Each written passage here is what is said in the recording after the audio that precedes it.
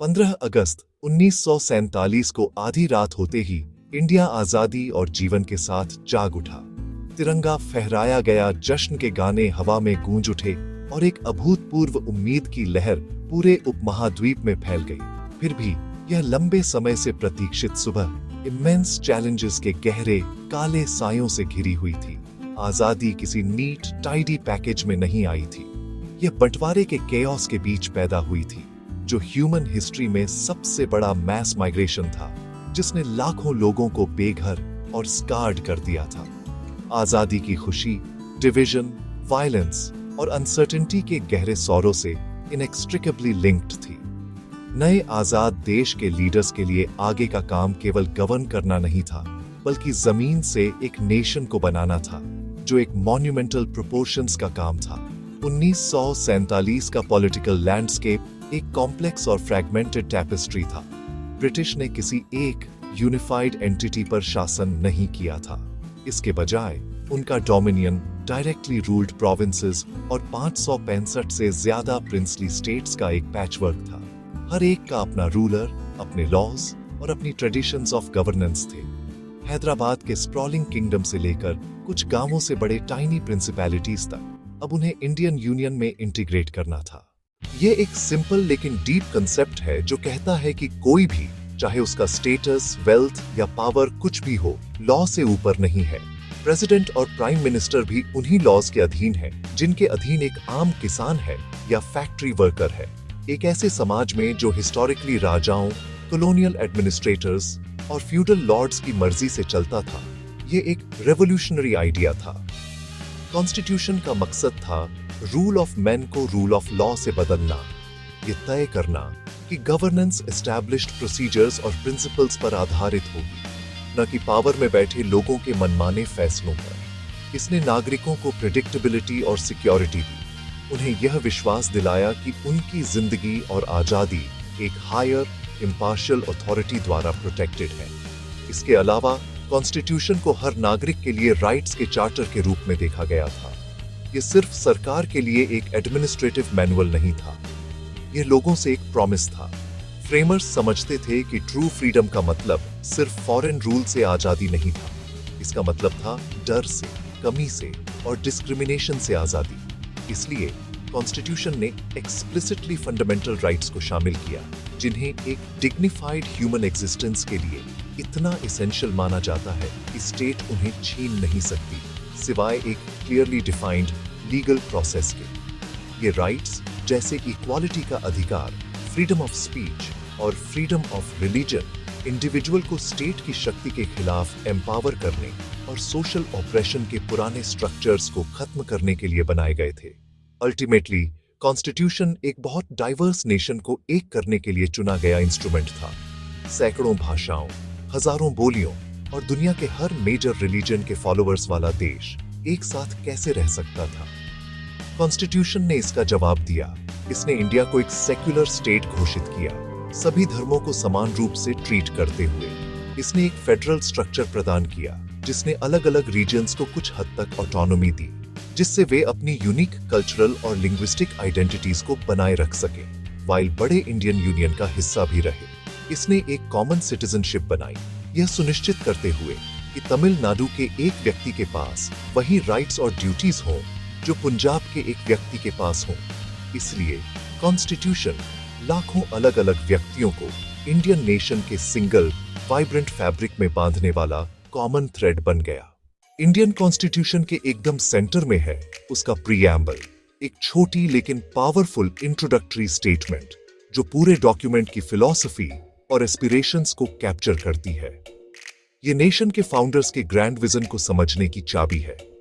इस प्रीएम्बल में 4 crucial words हैं जो उन पिलर्स की तरह काम करते हैं: जस्टिस, लिबर्टी, इक्वालिटी, फ्रेटर्निटी। पहला पिलर है जस्टिस, और फ्रेमर्स ने इसे एक कॉम्प्रिहेंसिव 3 डायमेंशनल सेंस में सोचा था: सोशल, इकोनॉमिक और पॉलिटिकल। सोशल जस्टिस का मकसद था कास्ट और रिलीजन की उन दमनकारी हायरार्कीज को खत्म करना, यह सुनिश्चित करना कि किसी भी सिटीजन के साथ उसके जन्म के आधार पर भेदभाव न हो। इकोनॉमिक जस्टिस का मकसद था अमीर और गरीब के बीच की बड़ी और क्रूर खाई को पाटना, डेवलपमेंट के फ्रूट्स को इक्विटेबली शेयर करना और डिसेंट लाइवलीहुड के साधन सुनिश्चित करना। पॉलिटिकल जस्टिस ने यूनिवर्सल अडल्ट फ्रेंचाइजी के जरिए हर सिटीजन को समान आवाज दी, चाहे उनकी वेल्थ, एजुकेशन या सोशल स्टैंडिंग कुछ भी हो। दूसरा पिलर है liberty, thought, expression, belief, faith, worship. यह कॉलोनियल एक्सपीरियंस का सीधा रिजेक्शन था, जहां डिसेंट दबाया जाता था। रिपब्लिक के फाउंडर्स जानते थे कि डेमोक्रेसी फ्री और ओपन एक्सचेंज के बिना फल फूल नहीं सकती, यहां तक कि गवर्नमेंट की आलोचना करने वाले विचारों के बिना भी। यह पिलर इंडिविजुअल की इंटेलेक्चुअल और स्पिरिचुअल ऑटोनॉमी को प्रोटेक्ट करता है। तीसरा पिलर इक्वालिटी, प्रीएम्बल स्टेटस और अपॉर्चुनिटी की इक्वालिटी का प्रॉमिस करता है। कानून की नजरों में हर सिटीजन इक्वल है, कास्ट, क्रीड, जेंडर या जन्म स्थान कुछ भी हो। केवल फॉर्मल इक्वालिटी नहीं, इक्वालिटी ऑफ अपॉर्चुनिटी, ताकि हिस्टोरिकली डिसएडवांटेज्ड ग्रुप्स अपनी पोटेंशियल डेवलप कर सकें। फ्रेटर्निटी, सभी इंडियंस के बीच ब्रदरहुड की फीलिंग। रिलीजन, लैंग्वेज, रीजन की सीमाओं से ऊपर उठकर इंडिविजुअल की डिग्निटी और नेशन की यूनिटी इंटीग्रिटी सुनिश्चित करना। यह रिमाइंडर है, डिफरेंसेस के बावजूद हम एक लोग हैं और नेशन की स्ट्रेंथ हमारी सॉलिडेरिटी में है। इंडिया का कॉन्स्टिट्यूशन, ये कॉन्स्टिट्यूएंट असेंबली का एक साथ किया हुआ काम था।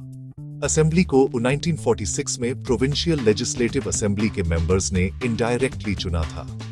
2999 मेंबर्स सब कॉन्टिनेंट के हर कोने से आए थे।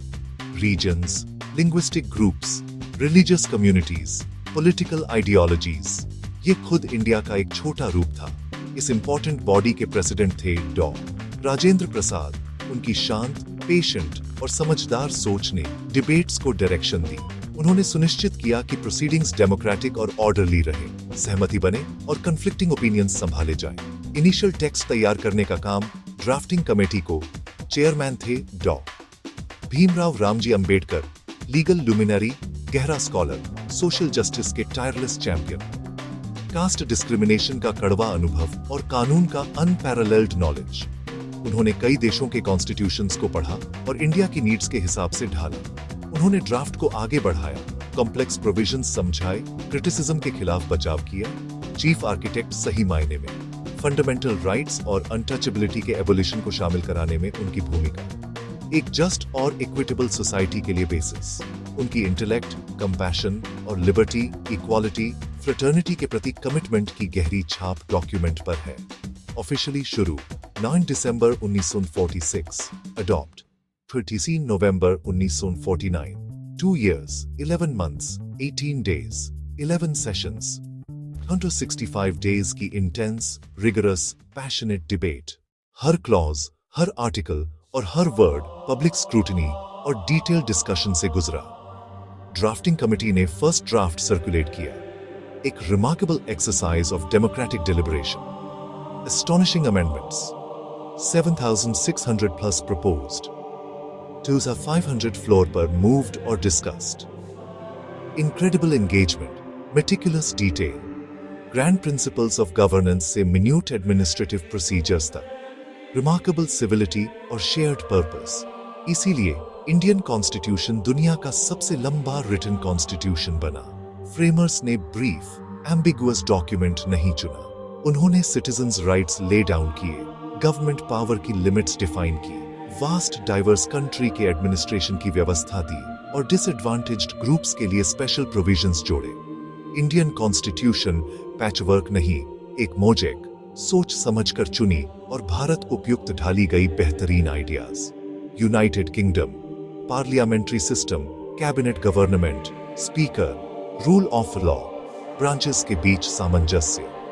United states, fundamental rights, justiciable, judicial review, independent judiciary, supreme court को असंवैधानिक कानून रद्द करने की शक्ति। आयरलैंड, डायरेक्टिव प्रिंसिपल्स, नीतिगत guidelines. France, liberty, equality, fraternity का प्रेरक आदर्श। कनाडा, क्वासी फेडरल स्ट्रक्चर, मजबूत सेंट्रल गवर्नमेंट प्लस पावर्स का वितरण, भारत की डाइवर्सिटी मैनेज करने को उपयुक्त। इन ग्लोबल इंस्पिरेशंस को सोच समझकर मिक्स किया गया, एक पूरी तरह इंडियन संविधान के लिए। ओरिजिनल कॉन्स्टिट्यूशन हाथ से लिखा, प्रेम बिहारी नारायण रायजादा की सुंदर कैलीग्राफी, 6 महीनों में। हर पेज संटिनिकेतन कलाकारों द्वारा सजाया, नंदलाल बोस की गाइडेंस, भारतीय इतिहास के दृश्य, मोहेंजोदारो से फ्रीडम स्ट्रगल तक। लगभग 3 साल की टायरलेस एफर्ट के बाद कॉन्स्टिट्यूशन का फाइनल ड्राफ्ट तैयार था। 26 नवंबर 1939 को कॉन्स्टिट्यूएंट असेंबली ने ऑफिशियली कॉन्स्टिट्यूशन ऑफ इंडिया को अडॉप्ट, इनैक्ट और खुद को दिया। यह डेट हिस्टोरिकल रूप से बहुत इंपॉर्टेंट है। आज हर साल कॉन्स्टिट्यूशन डे या संविधान दिवस के रूप में मनाया जाता है। ज्यादातर प्रोविजंस तुरंत लागू नहीं हुए। फुल इम्प्लीमेंटेशन के लिए 2 महीने और। 26 जनवरी फ्रीडम स्ट्रगल के इतिहास से जुड़ी सिंबॉलिक डेट। 1930 लाहौर सेशन, पूर्ण स्वराज रेजोल्यूशन। 26 जनवरी वर्षों तक इंडिपेंडेंस डे की तरह मनाया गया। उसी प्लेज के सम्मान में 1950 को चुना गया। 26 जनवरी 1950 को भारत एक सॉवरेन रिपब्लिक बना। डॉ. राजेंद्र प्रसाद ने पहले प्रेसिडेंट के रूप में शपथ ली। डोमिनियन ईरा समाप्त। हर साल 26 जनवरी republic day, rule of law और लोगों की विल पर आधारित स्टेट की स्थापना का उत्सव। मिलिट्री प्रोवेस और कल्चरल डाइवर्सिटी, इस सेक्रेट डॉक्यूमेंट की वैल्यूज का नेशनल सेलिब्रेशन। यह दिन कॉलोनियल सब्जेक्ट से डेमोक्रेटिक रिपब्लिक के सॉवरेन सिटीजन बनने की जर्नी पर रिफ्लेक्शन। इसे बने हुए कई दशक, फिर भी यह ड्राई लीगल टेक्स्ट नहीं, एक जिंदा लेगेसी रोजमर्रा की जिंदगी में। जब वोट पड़ता है, जब जर्नलिस्ट बिना सेंसरशिप के लिखता है, जब अंडर प्रिविलेज्ड बच्चा एडमिशन पाता है, यह एक इनविजिबल शील्ड की तरह हमारी फ्रीडम को प्रोटेक्ट करता है। मंदिर, मस्जिद, चर्च, गुरुद्वारे, freedom of faith, peaceful protest, expression और एसोसिएशन, किसी भी हिस्से में ट्रैवल और settle, free movement. Rights duties से जुड़े हैं, नेशनल सिंबल्स का सम्मान, हार्मनी और ब्रदरहुड, पब्लिक प्रॉपर्टी और नेचर की रक्षा, एक्टिव, एंगेज्ड, रिस्पॉन्सिबल सिटीजन बनना। यह हमें उन फ्रीडम्स के लायक बनने को कहता है जो बड़ी कीमत पर मिली थी। कॉन्स्टिट्यूशन हमारे नेशनहुड का अल्टीमेट एंकर है, मॉडर्न इंडिया की नींव। कॉन्स्टिट्यूशन को समझना, इंडिया को समझना। जब तक हम इस पवित्र टेक्स्ट का रेस्पेक्ट करेंगे और उसके आइडियल्स के हिसाब से जिएंगे, हमारा फ्यूचर सिक्योर, यूनाइटेड और जस्ट होगा।